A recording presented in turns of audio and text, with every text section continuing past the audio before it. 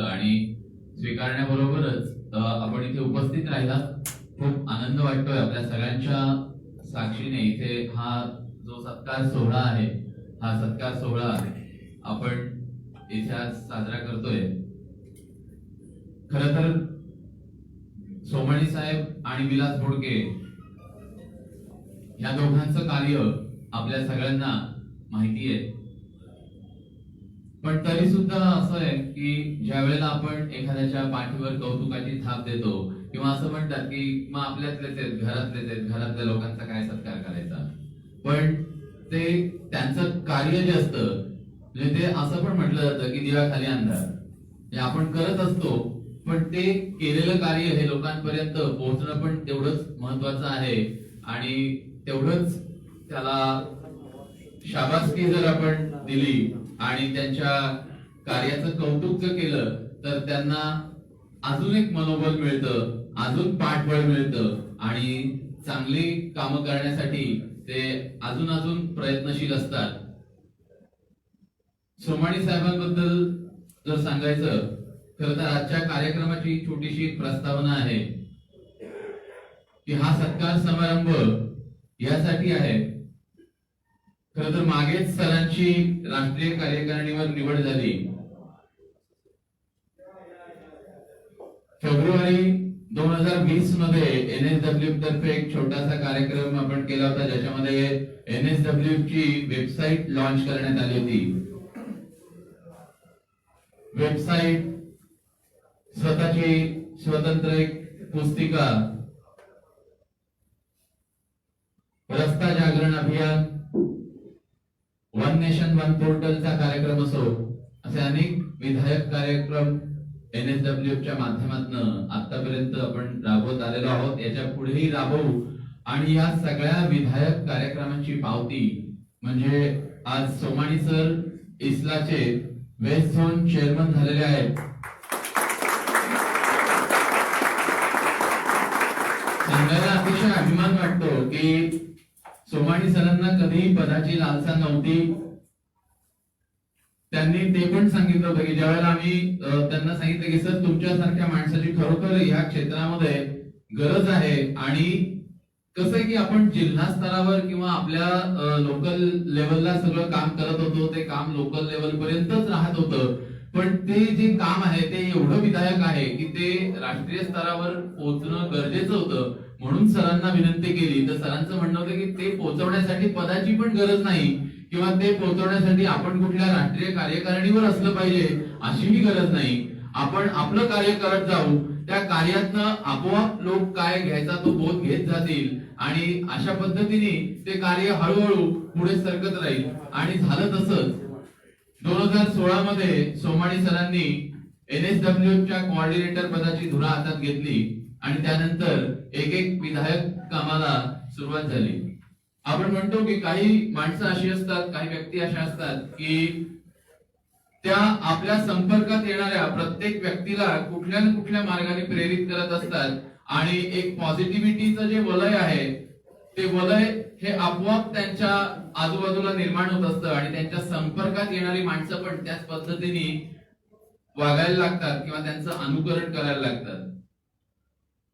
म्हणून मी मगाशी पण म्हटलं की a good manager is that who knows when not to act, किंवा काम नाही करायचं हे ज्याला माहिती असतं तो चांगला मॅनेजर असतो।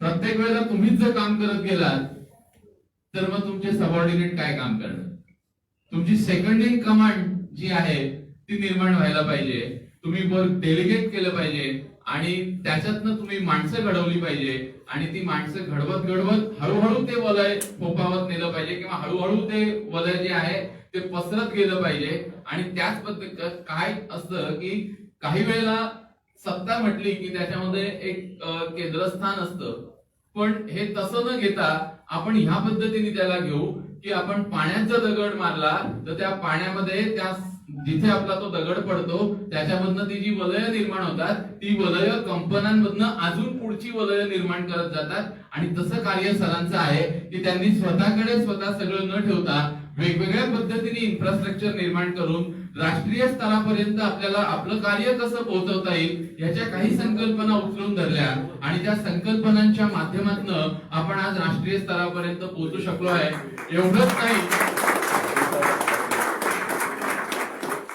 एवढंच नाही तर राष्ट्रीय स्तरावर म्हणजे कुठपर्यंत, तर आज जिथून आपली सर्वेची बॉडी गव्हर्न होते, इस्ला ही तर एक ठीक आहे, आमची राष्ट्रीय स्तरावरची संस्था आहे आणि त्या संस्थेचं वेस्ट झोनचं चेअरमन पद सरांना मिळालंय. पण त्याही पेक्षा वरती जर कुठपर्यंत आपली नाशिक युनिटची जर पहुंच असेल, असं जर असेल तर डायरेक्टली आपण निर्मला सीतारामन त्यांच्यापर्यंत, ज्या भारताच्या अर्थमंत्री आहेत, त्या अर्थमंत्र्यांपर्यंत आपण आपल्या सगळ्या संकल्पना या डायरेक्टली पोहोचू शकलो आहोत. आणि वन नेशन वन पोर्टल ही जी संकल्पना आहे की प्रत्येक क्षेत्रामध्ये एक पोर्टलद्वारे जर सगळीकडे काम चालतं, तर इन्शुरन्स क्षेत्रामध्ये ते एक पोर्टलद्वारे काम का चालू नये ही संकल्पना सरांची होती. खूप छोटीशी गोष्ट, पण ती गोष्ट जेव्हा मोठी व्हायला लागते त्याच्यासाठी खत पाणी घालणारी जेव्हा व्यक्ती किंवा ती लोक तुमच्या आजूबाजूला असतात आणि हळूहळू त्याचं वटवृक्षामध्ये रूपांतर कसं होतं त्याचं ज्वलंत उदाहरण म्हणजे गेल्या 5 वर्षापासून सोमाणी सरांचं जे कार्य चाललं आहे, तसं त्यांचं कार्य खूप आधीपासून आहे, आपल्याला माहिती नव्हतं. त्या स्वरूपामध्ये जेव्हा जेव्हा ते बाहेर येत गेलं ते आपल्या पुढे आम्ही वेळोवेळी मांडत गेलो. मग ते जेव्हा आपण इन्शुरन्सचं हँडबुक पब्लिश केलं, त्या हँडबुक आपण राष्ट्रीय स्तरापर्यंत नेऊ शकलो. आणि असं करणारं नाशिक युनिट हे भारतामधलं एकमेव युनिट आहे की त्यांनी आज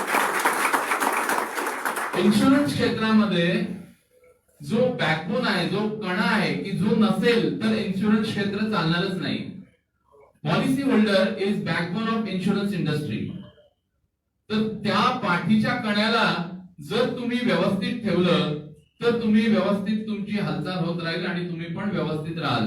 तर त्याच्यासाठी त्यांचा अवेअरनेस वाढवण्यासाठी जर काही केलं असेल काम, तर ते आपण इन्शुरन्स हँडबुक पब्लिश केलं आणि त्या इन्शुरन्स हँडबुकच्या माध्यमातून या सगळ्यांचा अवेअरनेस जो आहे त्यांच्यामध्ये जी जागरूकता निर्माण व्हायला पाहिजे इन्शुरन्स विषयी. कारण भारत हा एवढा मोठा देश आहे की भारतामध्ये इन्शुरन्स पोटेन्शियल खूप आहे, पण त्याच्यापैकी जनरल इन्शुरन्स सेक्टर मध्ये फक्त 3.97% पेनिट्रेशन अजून आहे. अजून खूप सारं त्याच्यामध्ये पेनिट्रेट व्हायचं बाकी आहे. कारण ते तळागाळापर्यंत ही संकल्पना पोहोचली पाहिजे आणि ती तळागाळापर्यंत संकल्पना जर पोहोचवायची असेल तर त्याला कुठल्या मार्गाने काम केलं पाहिजे, त्याच्यासाठी इन्फ्रास्ट्रक्चर काय उभं राहिलं पाहिजे. आणि हे करत असताना त्याच्यामधनं नोकऱ्या कशा निर्माण होतील की ज्याच्यामध्ये आपण असं आहे की ठीक आहे काम करतो आपण, पण स्वतःसाठी न करता ते जेव्हा आपण समाजासाठी करतो, स्वतःचं काम तर आपण करतो, स्वार्थ प्रत्येकाकडे असतो, पण स्वतःचं काम करत असताना आपण ज्या समाजामध्ये जन्मलेलो आहोत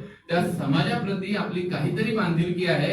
या बांधिलकीच्या भावनेपोटी जेव्हा तुम्ही काम करता त्यावेळेला ती तुमची सोशल रिस्पॉन्सिबिलिटी म्हणजे सामाजिक जबाबदारी न राहता तुम्ही त्या संस्थेचे भाग बनता आणि त्याच्यासाठी मग तुम्हाला अशा पद्धतीने नक्कीच पोचपावती मिळते जी आज सोमाणी सर आणि विलासच्या रूपाने आपल्याला मिळालेली.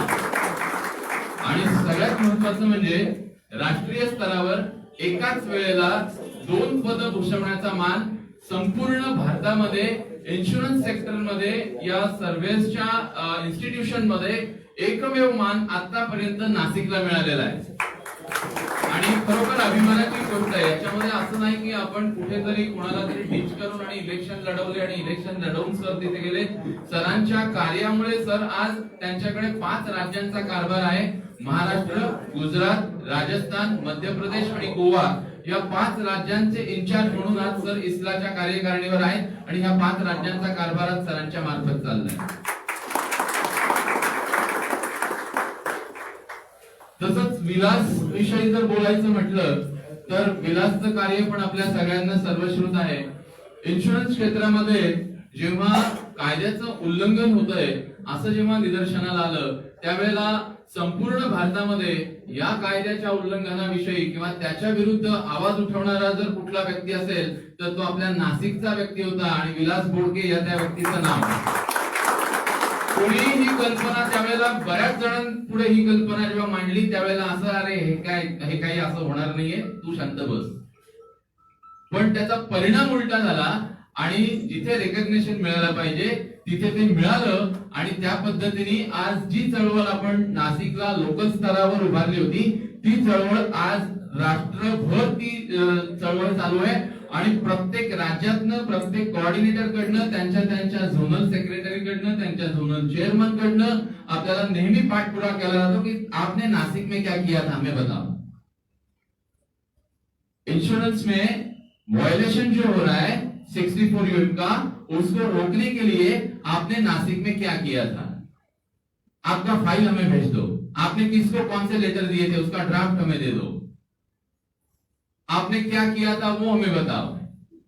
नासिक पॅटर्न या नावाने आता ते प्रचलित झालंय आणि आपल्याला सगळ्यांना माहिती आहे की जिथे जिथे ही प्रामाणिकपणा असतो किंवा ते काम करण्याची प्रामाणिकपणे काम करण्याची वृत्ती असते तिथे केव्हा ना केव्हा तरी ते सगळ्यांच्या समोर येतं, जगासमोर उघड होतं। कारण असं म्हटलं जातं when there is a will there is a will.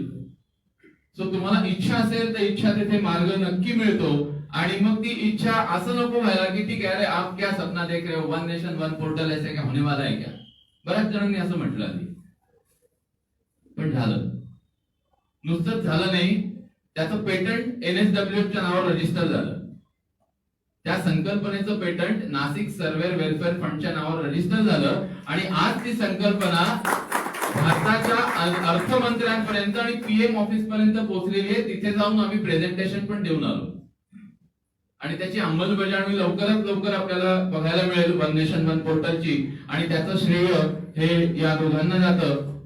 आम्ही फक्त निमित्त मात्र होतो की आम्ही ते त्यांनी जी काय आम्हाला वाट दाखवली त्या वाटेवर आम्ही त्यांचं सहकार्य करत होतो, आम्ही त्यांच्याबरोबर चालत होतो, पण मुख्य संकल्पना कोणाची तरी पाहिजे आणि मग ती संकल्पना अंमलबजावणीत आणण्यासाठी तुम्ही एकटे काही करू शकत नाही, तुमच्या बरोबर तुमच्या जोडीने काम करणारी तुमची माणसं पण पाहिजेत। तर ती माणसं जोडण्याची जी वृत्ती आहे, ती माणसं जोडण्याची जी हातोटी आहे ती सोमाणी सरांची आपल्याला सगळ्यांना सर्वश्रुत आहे की माणसागणिक माणूस ते जोडत जातात आणि अशा वेळेला जिथे जिथे जसं राष्ट्रीय स्तरावर पोहोचायचं असं म्हटलं तर कुठला मार्ग निघेल, सरांकडे प्रत्येक प्रश्नाचं त्यावेळेला उत्तर असायचं, त्या उत्तरादाखल आम्ही त्या पद्धतीने पुढे चालत गेलो आणि आज सहजपणे भारताच्या अर्थमंत्र्यांपर्यंत आपण ती संकल्पना घेऊन गेलो। त्यांनी पण ती मान्य केली आणि त्यांनी त्या क्षेत्रातले जे तज्ञ आहेत त्यांच्याबरोबर सध्या आपली जी चर्चा सुरू आहे आणि त्या वन नेशन वन पोर्टलचं जे मॉडेल आहे ते मॉडेल बनवण्याचं काम सुरू आहे। लवकरच ते अस्तित्वात येईल आणि त्याचे फायदे आपल्याला सगळ्यांना बघायला मिळतील। त्याच्यामध्ये एकच आहे की इन्शुरन्स पॉलिसी विकणारा, इन्शुरन्स पॉलिसी विकत घेणारा, पॉलिसी विकल्यानंतर जे काय त्याला प्रॉब्लेम येतात किंवा जर एखादा मिसहॅप झाला, ऍक्सिडेंट झाला, ती काय आनंदाची गोष्ट नाहीये, पण शेवटी आता ते मान्य करावं लागेल कारण आपल्या व्यवसायाचा भाग आहे। आज ऍक्सिडेंट झाला तर नकळत डोक्यात एक कल्पना म्हणजे एक थोडासा विचार चमकून जातो एक सर्वे येईल म्हणून, खरोखर ती आनंदाची गोष्ट नाही, पण ते व्यवसायाचा भाग म्हणून ते ऍक्सेप्ट करावं लागतं। पण त्यावेळेला त्या ज्याचं कोणाचं नुकसान झालंय त्याला ती नुकसान भरपाई किती लवकर किती वेळेत कशी मिळेल, त्याला त्याचे मार्ग माहिती आहेत का, त्याचे हक्क माहिती आहेत का, त्याचे हक्क जर माहिती असतील तर तो चांगल्या पद्धतीने त्याच्यावर काम करेल आणि त्याला लवकरात लवकर त्याचं हे मिळायला पाहिजे जे रिइंबर्समेंट आहे। आतापर्यंत बऱ्याच लोकांना हे माहिती नाहीये किंवा ऐकूनही माहिती असेल की an insured can appoint a surveyor, तो त्याचा हक्क आहे, तो पॉलिसी होल्डर आहे, त्याचा तो हक्क आहे, तो स्वतः सर्वेअरची निवड करू शकतो। जो IRDA च्या पॅनलवर आहे अशा कुठल्याही सर्वेअरची निवड करण्याचा हक्क त्या पॉलिसी होल्डरला आहे आणि तो पॉलिसी होल्डरने त्या सर्वेअरची निवड केल्यानंतर within 72 hours he has to inform to the concern insurance company, म्हणजे ज्या इन्शुरन्स कंपनीची पॉलिसी आहे त्याला त्यांनी फक्त इन्फॉर्म करायचंय की या सर्वेअरची आम्ही नेमणूक करू इच्छितो आणि हा सर्वेअर आम्हाला देण्यात यावा। Insurance company is liable to give that surveyor, हा त्या पॉलिसी होल्डरचा हक्क आहे आणि हा पॉलिसी होल्डरचा हक्क आज पॉलिसी विकताना पॉलिसी होल्डरला सांगितला जात नाही, तो नंतर त्याला कळतो किंवा कुठल्या माध्यमातून कळतो, पण तोपर्यंत उशीर झालेला असतो। म्हणून पॉलिसी होल्डरचे हक्क हे त्याला पॉलिसी घेतानाच माहिती असली पाहिजे। या संकल्पनेतनं त्या पॉलिसी होल्डरसाठी इन्शुरन्स हँडबुकची निर्मिती झाली आणि आज इन्शुरन्स हँडबुक आमच्या वेबसाईटवर फ्रीली सगळ्यांसाठी अवेलेबल आहे। आणि ज्याची संकल्पना पुन्हा एकदा वेबसाईटची संकल्पना सरांनी मांडली की अरे अपने हम लोग ने बुक तो पब्लिश कर दिया, चलो ये बुक का हम आज प्रिंट निकालेंगे, 2000 प्रिंट निकालेंगे, 4000 निकालेंगे, लेकिन ये फॉरएवर अगर किसी को इसका ये लेना है, बेनिफिट लेना है तो क्या करेंगे? मग आज माझ्याकडे पुस्तक जर त्या हातात नाहीये, मी कुठेतरी भारताच्या कानाकोपऱ्यात आहे, तिथे माझा ऍक्सिडेंट झाला तर मी काय करणार? Just click on our website, तुम्हाला तिथे ते सगळं मिळून जाईल. आजकाल सगळ्यांकडे स्मार्टफोन असतात, तुम्ही एका तुमच्या फिंगर टिपवर ती सगळी माहिती मिळवू शकता आणि ती माहिती अशा पद्धतीने उपलब्ध व्हावी की जिथे त्याच्या हातात आपलं पुस्तक नाहीये पण त्याची सॉफ्ट कॉपी तिथे लगेचच्या लगेच त्याला मिळेल आणि त्याला त्याचे पुढचे मार्ग मिळत जातील. ही संकल्पना पुन्हा एकदा सरांनी आणली आणि वेबसाईट आपण मागच्या 2020 साली फेब्रुवारीमध्ये पब्लिश केली. त्यानंतरचा काळ आपल्याला सगळ्यांनाच माहिती आहे की त्यानंतरचा काळ आपल्याला सगळ्यांना जगणं शिकवून गेला. एक छोटासा जीवाणू आला आणि तुम्हाला आम्हाला सगळ्यांना एका प्लॅटफॉर्मवर ठेवलं आणि सगळ्यांना जगणं शिकवून गेला. माणूस म्हणून म्हटलं की जेव्हा इच्छा असते तिथे मार्ग निघतो. माणूस हा असा प्राणी की त्याला भेटल्याशिवाय, एकमेकांना भेटल्याशिवाय राहत नाही. Man is a social and rational animal असं म्हटलं जातं, कारण तो सामाजिक प्राणी आहे, त्याला भेटी गाठी घेतल्याशिवाय होत नाही. आणि म्हणून पुन्हा एकदा हा योग अशा पद्धतीने जुळून यावा की आपल्या सगळ्यांना आम्ही इथे निमंत्रण दिलं आणि आपण सगळेजण आमच्या विनंतीला मान देऊन इथे आलात. ठीक आहे, त्या सगळ्या परिस्थितीवर मात करून आपण सगळेजण इथे आलात, शॉर्ट टर्म नोटीसवर आपण आलात, त्याबद्दल पुन्हा एकदा आपल्या सगळ्यांचं धन्यवाद आणि NSWF तर्फे आपल्या सगळ्यांचं मनपूर्वक स्वागत.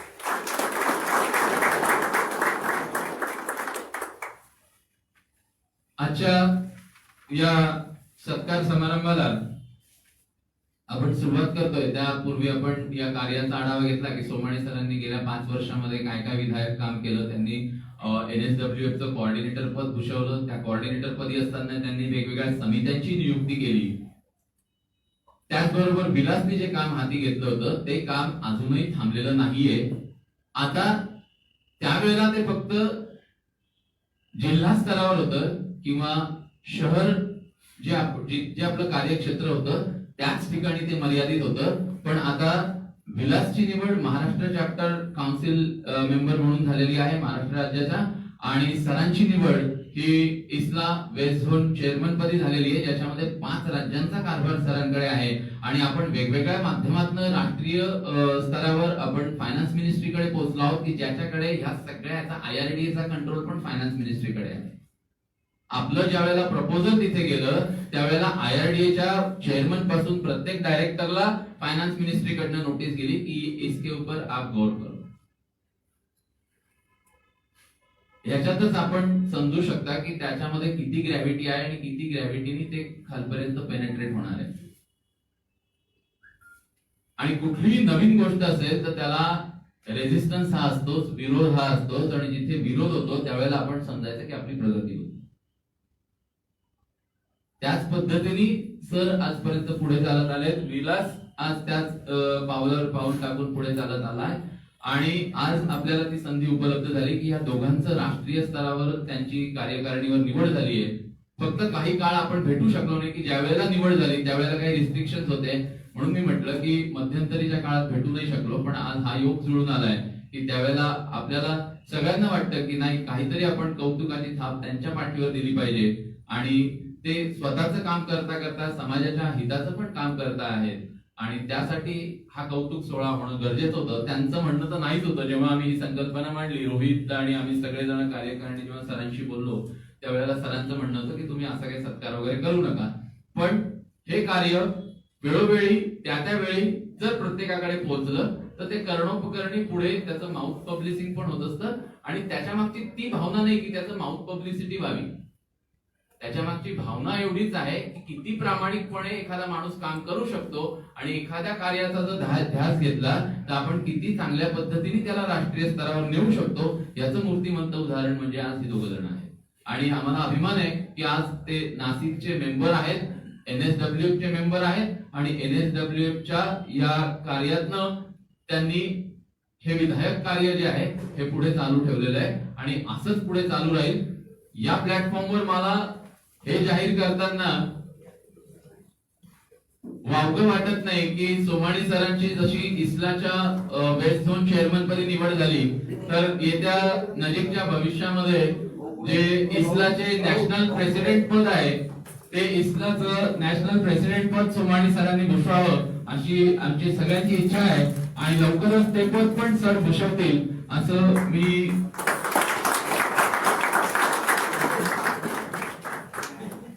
आशा व्यक्त करतो आणि आजच्या या सत्कार समारंभाला सुरुवात करतो। सत्कारासाठी मी आमंत्रित करतो रोहितला।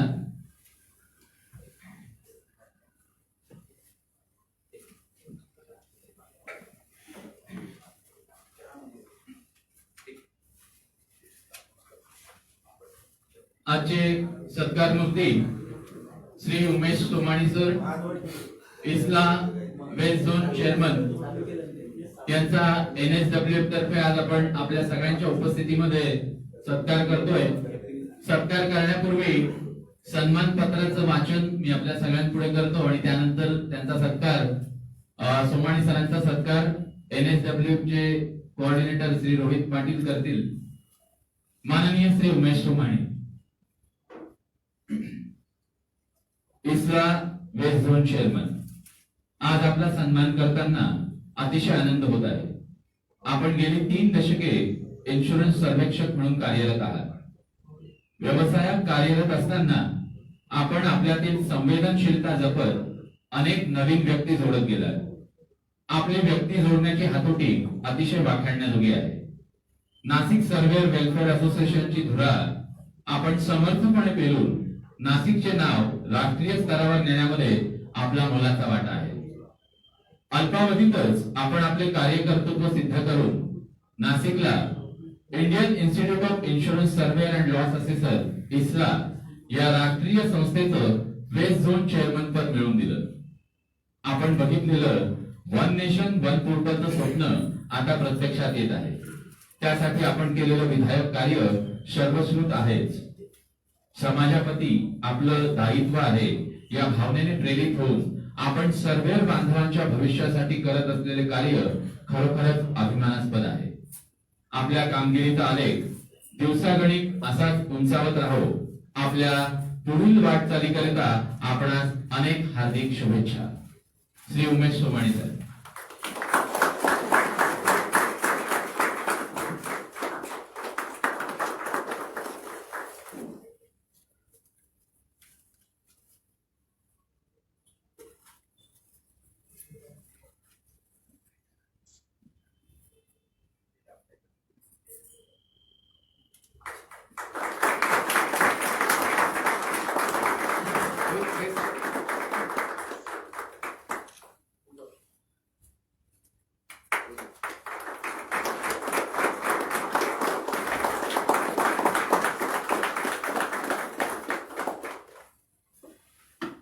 धन्यवाद रोहित, धन्यवाद sir.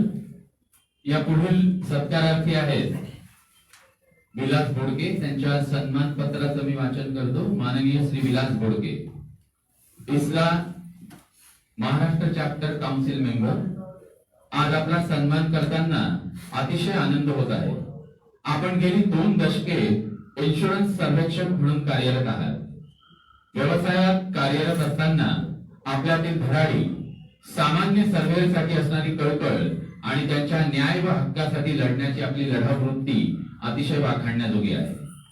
Nashik surveyor welfare association साठी काम करून नाशिकचं नाव राष्ट्रीय स्तरावर नेण्यामध्ये आपला मोलाचा वाटा आहे।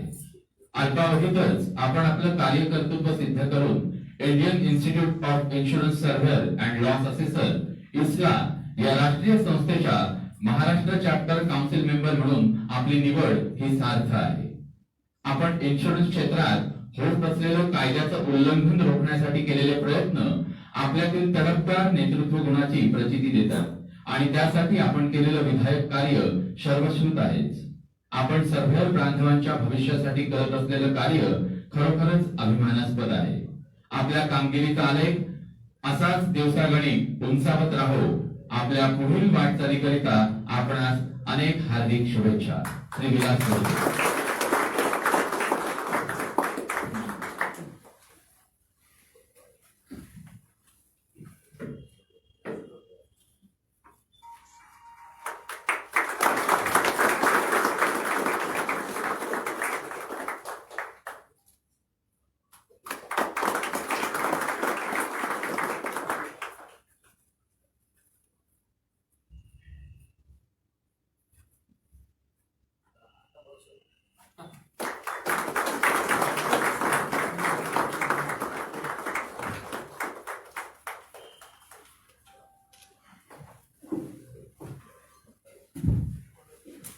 धन्यवाद.